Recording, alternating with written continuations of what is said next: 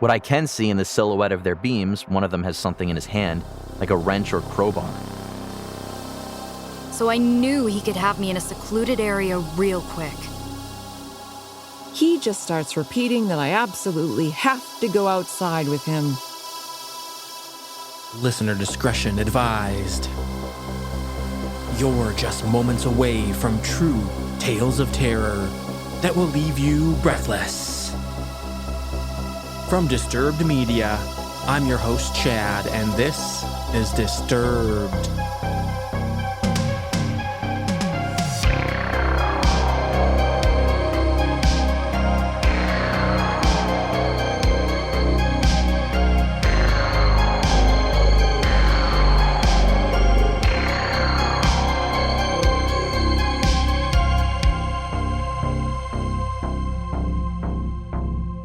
This episode is sponsored by Wondery's Generation Y podcast, where hosts and true crime fanatics Justin and Aaron explore hundreds of unsolved murders and conspiracy theories. Listen to Wondery's Generation Y podcast on Apple Podcasts, Amazon Music, or listen ad-free by joining Wondery Plus in the Wondery app. Welcome back in, everyone, and thanks for joining me. Now, just a little bit of business before we get into it. We have a new email that's strictly for your story submissions. mystory@disturbedpodcast.com is where you can now email your true experiences. And for anything else podcast related, if you have any questions, comments, ideas, you can send those to chad@disturbedpodcast.com. And lastly, if you have a little bit shorter story and you want to tell it in your own words, you can call those into the hotline at 701-354-3667. So thanks for continuing to send in your stories and experiences. And with that, let's get rolling. Our first experience comes to us from Reddit user Plutonium Horse, and we learn why you shouldn't park on the side of the road to sleep. Performing this experience is Tom Aglio.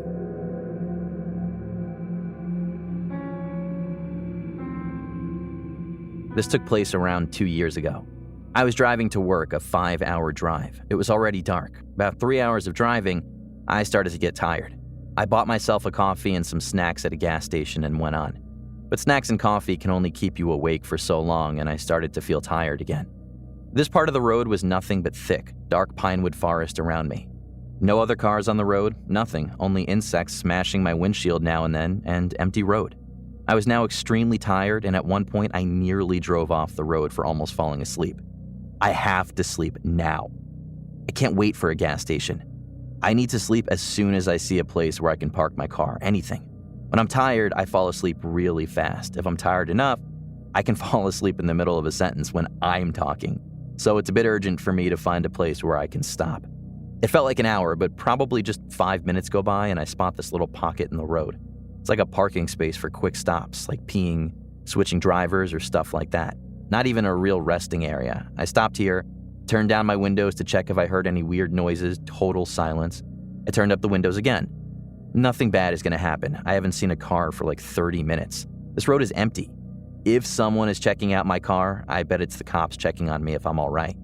I leave my keys in the ignition and I lock the doors just to be safe. I adjust my seat a bit to make it more comfortable to sleep in, and I take off my shoes and put them on the passenger seat on the right. It's so nice to close my eyes and instantly I fall asleep. I don't know why, but something wakes me up. I can't really see anything, some kind of bright light hits me in the eyes. First I thought it was a flashlight, but then I realized it's the high beams from another car in my rearview mirror that is blinding me. I look in my left mirror and I see a dude walking up beside my car. Maybe he wants help with something? Should I make it clear to him that I'm in here? He's right beside my left back door. Should I step out and ask what he's doing? I didn't have to. The dude proceeds to jerk and pull on my left back door. I almost shit my fucking pants when I realized that he's trying to force his way into my car. My seat is adjusted for me to lay down and I pushed it back max. I can't reach the pedals, which makes it impossible for me to drive my car. I slam the car horn and it breaks the silence with a roar, and the dude jumps. That gives me like 2 seconds to push my seat to reach the pedals. But it's still way out of adjustment, so I'm kind of pulling myself to the steering wheel because my seat is laying flat and isn't supporting my back. Anyway, I start my car and drive off, with a cloud of smoke from my screeching tires. It's hard driving a car with nothing holding up your upper body, but I managed. As I leave, I look in the rear mirror and I can see how the dude stands there and looks at me. And I can see 2 more guys coming up beside him. What I can see in the silhouette of their beams, one of them has something in his hand, like a wrench or crowbar. I drive super fast, way over the speed limit. My whole body was trembling with adrenaline and fear. I drove like that for like 30 minutes. Then I stopped at a gas station to fix my seat and put my shoes on again. I figured out I was only sleeping for like 10 minutes. Well, I didn't have to sleep until I got to my destination, which is surrounded by heavy-duty fencing, and the building has an alarm. I told my boss the next day, and he said they actually have problems with what we call it in Sweden, road pirates. Criminals that force you to stop on the road and rob you of everything, including your car, in that specific area. It could just be 3 nice dudes that wanted to check if I was okay, then why didn't they just knock in my driver's window? The thing in his hands could be a big flashlight. Be safe.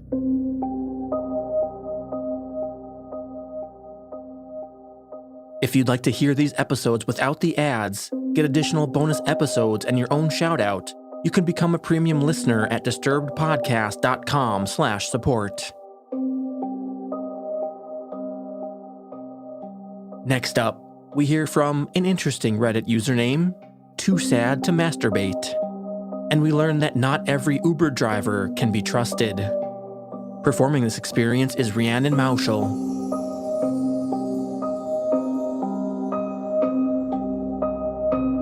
Sorry this is a bit long. I know this isn't a therapist's office, but this has bothered me for a long time, and I wanted to just get it off my chest. This happened June 2018 in Portland, Oregon.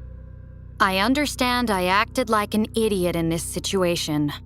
Since then, I have become much more observant, cautious, and honestly, much more paranoid. I went dancing with friends, was really drunk by midnight.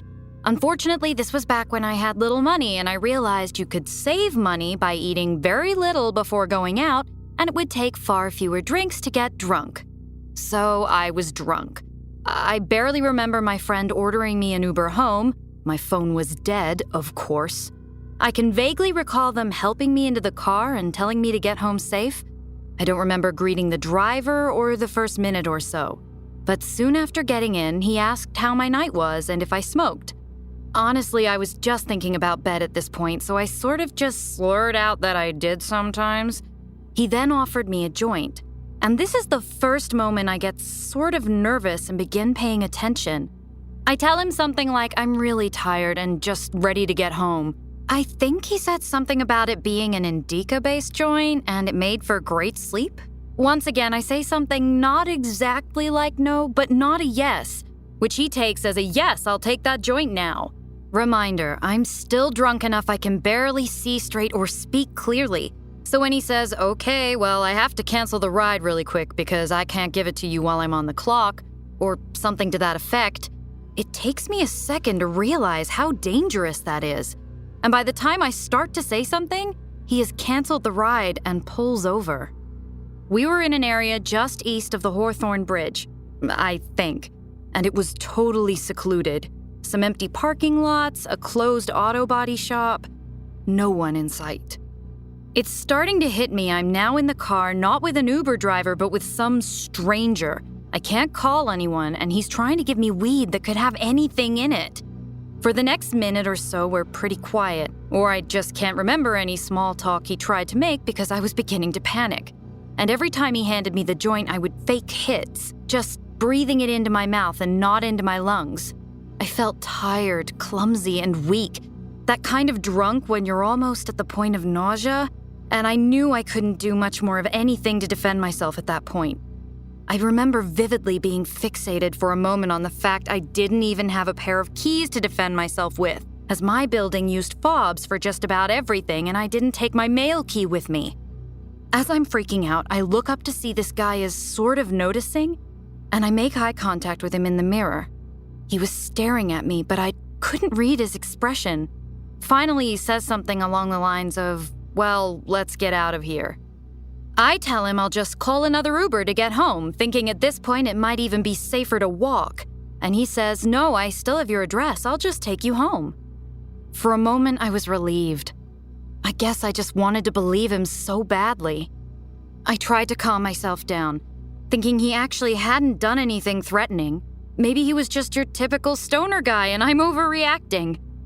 At this time, I lived on PSU campus in downtown Portland in the southwest area of the city. He is driving me north on the east side of the river.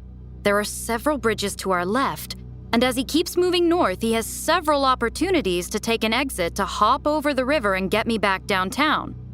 He keeps skipping them. We keep passing bridge after bridge that could get me home. Up in northeast Portland, there are some large industrial areas that can get very isolated at night.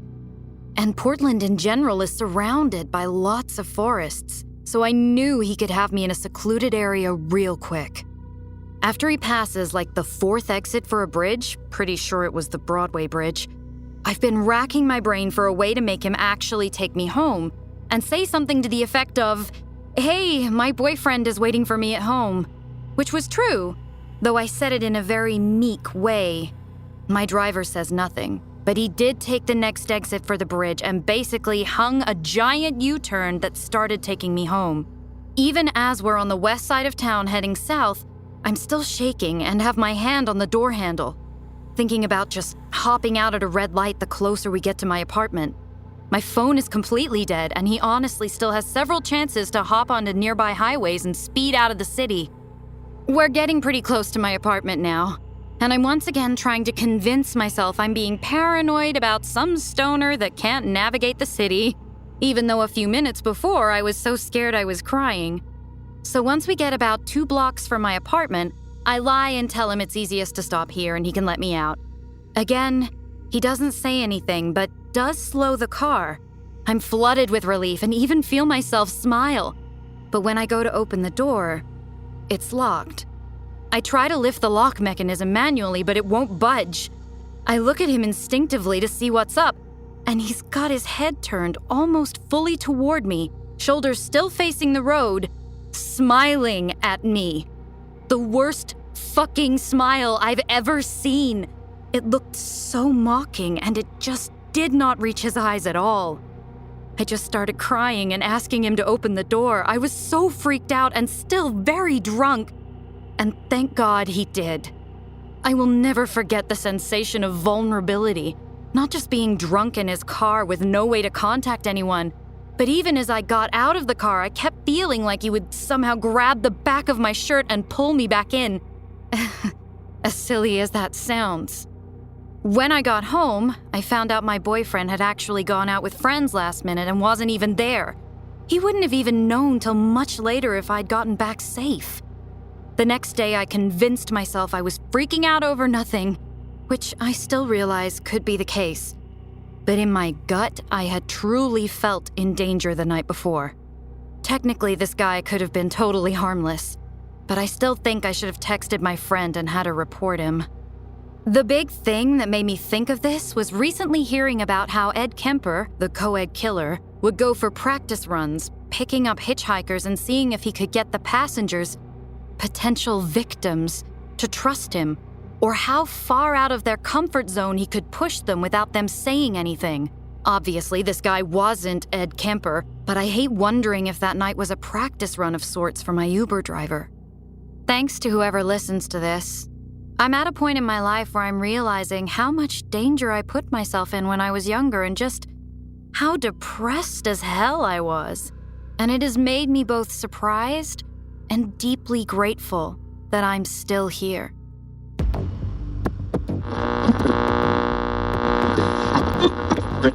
In Wondery's Generation Y podcast, hosts and true crime fanatics Justin and Aaron explore hundreds of unsolved murders and conspiracy theories. They dig through the evidence, give their perspective, and ask the hard questions. And in one of their latest episodes, Aaron and Justin profile a mysterious death from 2004. Alonzo Brooks was a young black man who went to a party with some friends in a rural area near their homes. But while his friends left the party without him, Alonzo never returned home. A month later, he was found dead with no obvious evidence of foul play, and nearly 2 decades later, in July 2020, the FBI reclassified his manner of death as homicide.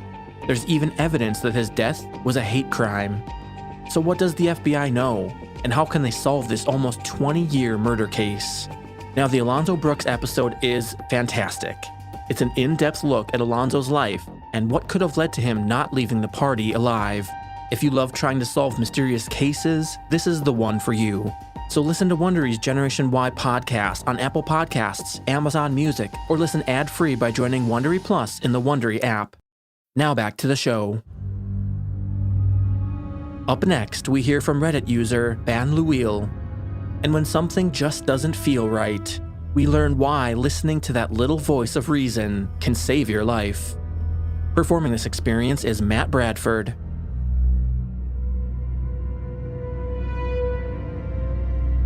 So, a little background here. My father was in the Army for 21 years, retired, and moved to a very small town in Central Florida. Now, he got bored after a couple of years, and even though we didn't need the money between his retirement and what my mom was making as a bookkeeper tax prep, he wanted to get back to work. So he started working at various gas stations, and it being a small town, the owners wouldn't care if I came there and helped him out with stocking the coolers or even running the register, as long as I didn't sell any beer or smokes. Now, this all took place in the 80s and early 90s. Now, the actual story I'm going to tell took place in 1990, and I remember the date well because it was shortly after my birthday.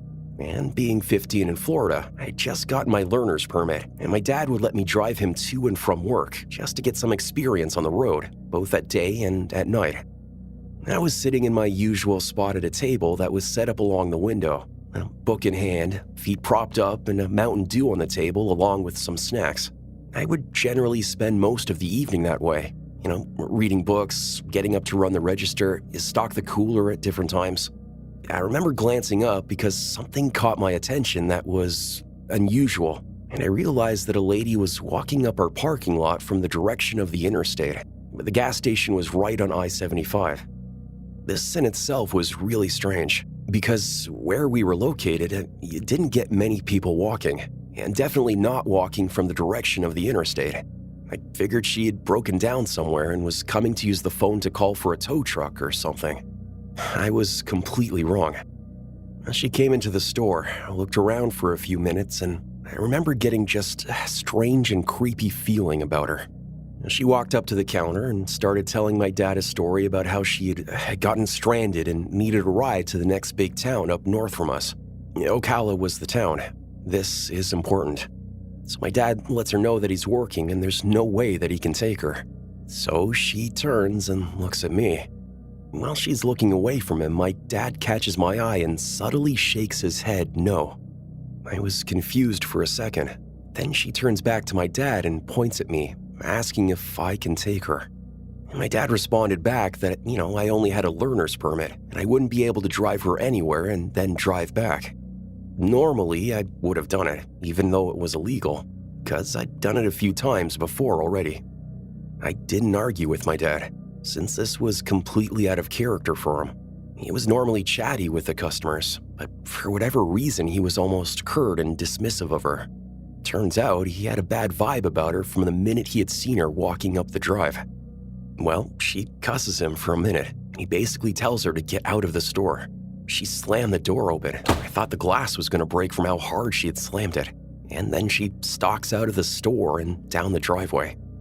I keep an eye on her and continue to watch as she makes her way back up to the interstate and then starts up the northbound on-ramp. Almost a year passes, and I'm in my bedroom less than a week before my 16th birthday. I hear my dad yelling from the living room, "Son, get your ass in here and look at this." I quickly run to the living room and see my dad pointing at the TV and look at the mugshot of the lady up on the screen and immediately remember the lady who had been in the store. Turns out I had almost given a car ride to Aileen Warnos, who was later convicted of being a serial murderer and then later put to death. Still have nightmares about what could have happened.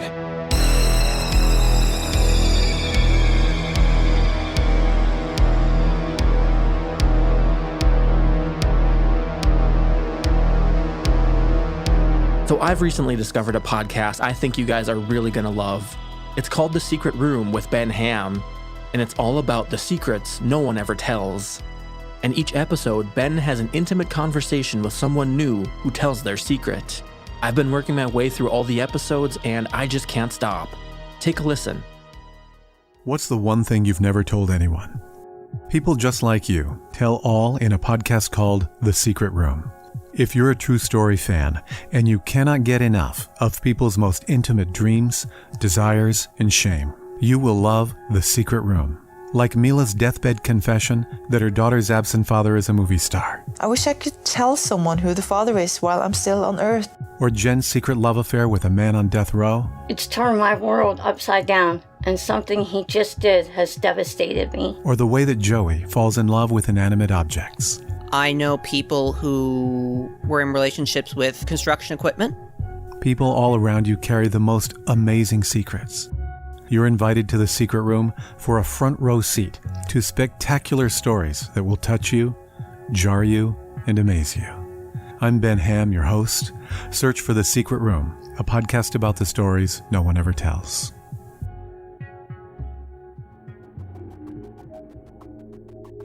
And finally, we check in with Reddit user Small Waifu, and we discover that following protocol can be a lifesaver. Performing this experience is Nikolle Doolin.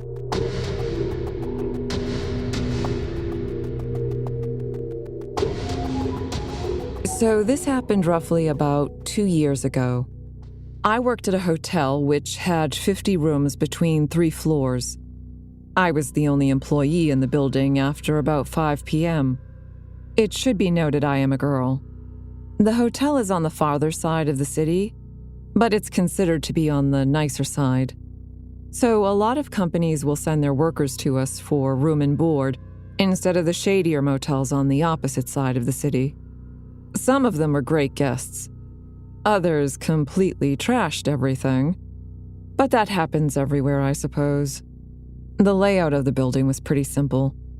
You pull up to the front entrance, enter the foyer, and the front desk lobby is right through a set of automatic doors. Right across the hall from the lobby was a staircase leading up to the 2nd floor, and to the left was our elevators to the 2nd and 3rd floor. The 1st floor only has rooms on one side to compensate for our pool, workout room, and breakfast area dining room, lobby and the office rooms all being on the opposite side. The upper floors have rooms on each side, with the 3rd floor having the most rooms. Typically, the 3rd floor, the highest, we kept only for business and long stays. 2nd floor was reserved for short stays or bigger parties, and the 1st floor we kept open for elders who have wheelchairs or walkers, or people who come in late at night for a one-night stay. I promise this is relevant to the story. Anyway, it was getting towards the last few hours of my shift. It was slow that night, aside from a few work groups I had checked in a few hours earlier. I noticed a raggedy, rusted, and beat-up black pickup truck pulling up into the brightly lit car pit. So I got my paperwork ready for check-in. A guy gets out, completely covered in dirt. I figured he just got off of work, as most guys come in covered in dirt or oil. I do specifically remember that he reeked, which isn't too out of the norm either. Entirely, I just chalked it up to him being an oil field or construction worker. I got his credentials. His name was Michael, and scanned it into the computer. He also was reluctant to leave his vehicle information with me, but I explained if he didn't, his vehicle was at risk of being towed by morning. I thought he caved just because he was only going to be here for the night. Michael requested a 2nd floor room close to the lobby staircase so he could have easy access to the front doors for smoking. Not out of the norm either. After taking his payment, I set up his room keys. I explained parking, policies, and explained how he can get to his room, which was right up the staircase, and the door was on the opposite wall. He had a few bags with him, and he went upstairs. Almost immediately, he comes back down the stairs and accuses me of giving him broken room keys. I had to explain to him if he put them next to his phone or anywhere near a magnet, potentially in his wallet, the keys will deactivate. I did offer to take him upstairs and open the room for him to make sure the new set of keys worked, and they did. He walked into his room by himself, shut the door. So with that, I was on my way back down to the lobby. When I got back in the office, something odd caught my eye on the cameras. He hadn't left the building, but his car wasn't in the front anymore. He didn't mention anything about having another person with him. If there was, we are supposed to charge a $10 fee per extra person. The side doors don't open unless you have a room key or are on the inside of the hotel. So I started to watch the cameras to make sure he wasn't trying to sneak people in. About 20 minutes pass and I notice nothing happening except him coming down the stairs. I smile politely and he goes outside. He stays outside for about 10 minutes, just standing in the carport. I can see it on camera.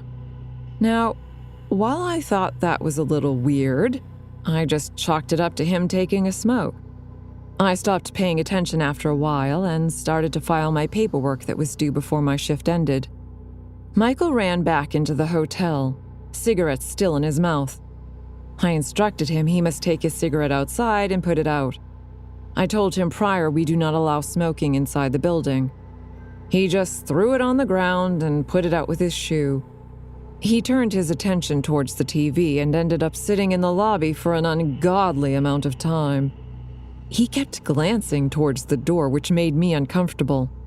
During this time, the friendly demeanor he had at check-in completely disappeared. He seemed paranoid and agitated now. He would whisper to himself. I couldn't hear what. After about 30 minutes of him doing this, I instructed him to go back up to his room because I cannot have people in the lobby when I am working on closing procedures. It was a lie, but ownership allows us to make up reasons if we are uncomfortable with a guest's presence. Michael asked me to take him up to his room because he is uncomfortable and scared. I explained that I am unable to do that for safety reasons. What I could do was watch him go up the stairs on camera, and he could call down to the office on his room phone when he arrived into his room. I was just trying to be friendly and get him upstairs as quick as I could. He goes upstairs, but immediately comes back down and informs me that he forgot where his room was, and I would need to show him. I told him I can't leave the office or lobby, but I can explain it to him where his room was because it was super simple. He was continuing his whispers. This time it was about him losing his phone. I didn't pay any mind to it. After explaining to Michael where his room was, he went back upstairs and I heard the door slam shut. It echoed throughout the second and first floors and it gave me chills for some reason.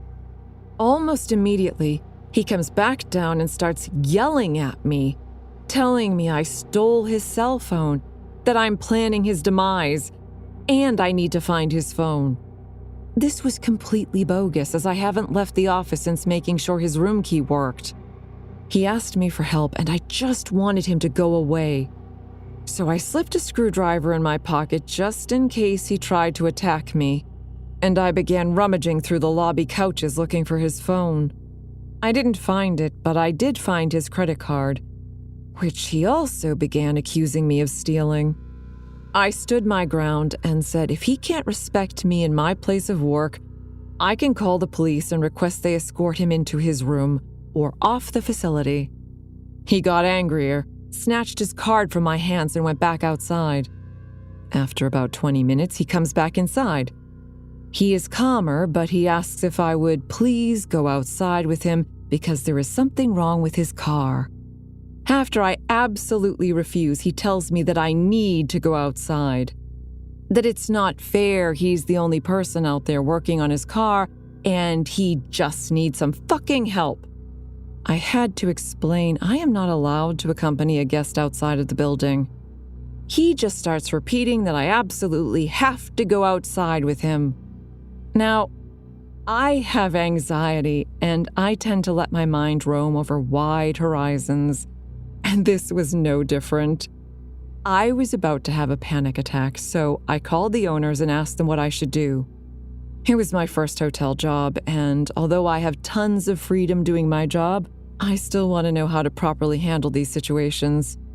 The owner told me if I am uncomfortable and suspect he is under the influence, or a danger to myself or himself, I have full reign to call the police. have them ban him from the property. I asked if they could just keep an eye on the cameras they have access to at home because he is acting weird. I locked all the lobby doors and made sure the side and fire exits were all properly secured and closed, so no one could sneak in. I did this while doing this on the phone with my boss because I was scared to leave the office by myself. After getting back behind the office, I locked the door and I just braced for him to come back inside. My boss tells me to just watch the cameras and keep my cell phone nearby just in case I have to call for help. Meanwhile, I noticed on the cameras I couldn't see Michael anymore. I didn't know where he parked, but I damn sure wasn't going to go looking. But what I did notice is there was another vehicle driving through our parking lot. I called the hotel next door to ask if the car was on their cameras too, and I was informed it was an unknown vehicle to their records. It was unknown to mine as well. This just shot my anxiety up even higher. The car would drive around the back of the building, to the front, but avoid the carport, turn, and then do the same to the building next door. The parking lot was almost empty, so I know they weren't looking for a parking spot. The car keeps going, and I'm watching it on the camera so focused that I didn't notice Michael come back inside, telling Michael he either needs to go up to his room or vacate the premises. He just continues to yell at me, saying I need to go outside with him. He won't move out from in front of the entrance. I imagine he was staying within view of whoever else he kept looking back at. Then randomly, I see him sprint across the parking lot and out of the camera view. I also didn't see the car anymore after that. Since it was practically the end of my shift, I somehow managed to get everything done just in time for the next shift to arrive. I was so glad to see her, I almost cried. I explained to her what happened and that the owners want her to keep the lobby doors locked. We put up signs explaining our doors were broken, and due to safety reasons, guests would have to call for entry or use the side entrances for their room. I also deactivated Michael's room keys and told the next shift girl not to let him back. If he shows up, to call the police because he is a security risk. I made sure she watched me get into my Uber ride after triple-checking the vehicle and driver matched what my phone said. Since I was a regular customer of the driver, he asked why I was so riled up. I asked him to drive through the parking lot with his doors closed so I could see if Michael's truck or the other vehicle I saw driving across the parking lot were anywhere near the buildings, and they weren't. I have no idea what happened to them. I had my boyfriend come stay the entire evening shift with me just in case he came back, because I was told by my bosses that he never came to get his stuff. He wouldn't pick up the phone for calls either. Nothing happened that night or any other night, except for a month later. Michael came in asking about his stuff and if he could get a room. I refused his room, and luckily other people were with me in the lobby and in the office. I had our maintenance man go retrieve his items and explained he is no longer allowed on the property. If we saw him, the police would be called and he would be arrested for trespassing. Again, this wasn't true, but we didn't want him coming back at all. I noticed Michael had a different vehicle this time. It was a newer model SUV, and it was maroon. It matched neither his beat-up black pickup truck or the dark-colored sedan I saw driving in circles. If there was anything that sat with me even after all this time, it was that he remembered my name. He addressed me by my name when he walked up to the counter. And at first I thought, oh yeah, my name is part of my uniform, until I realized I forgot to put on my name tag that day. After that, I refused to wear one in the hotel. Management let me create a fake name and wear that from that point on. It took me a while to feel safe in the building again while I was alone. I constantly had my boyfriend with me while I worked the evening shift. There is a chance the guy and the circling vehicle are unrelated, but my anxiety and the aura I got from Michael that night, it didn't feel good or right. So, Michael, let's not meet. Ever again.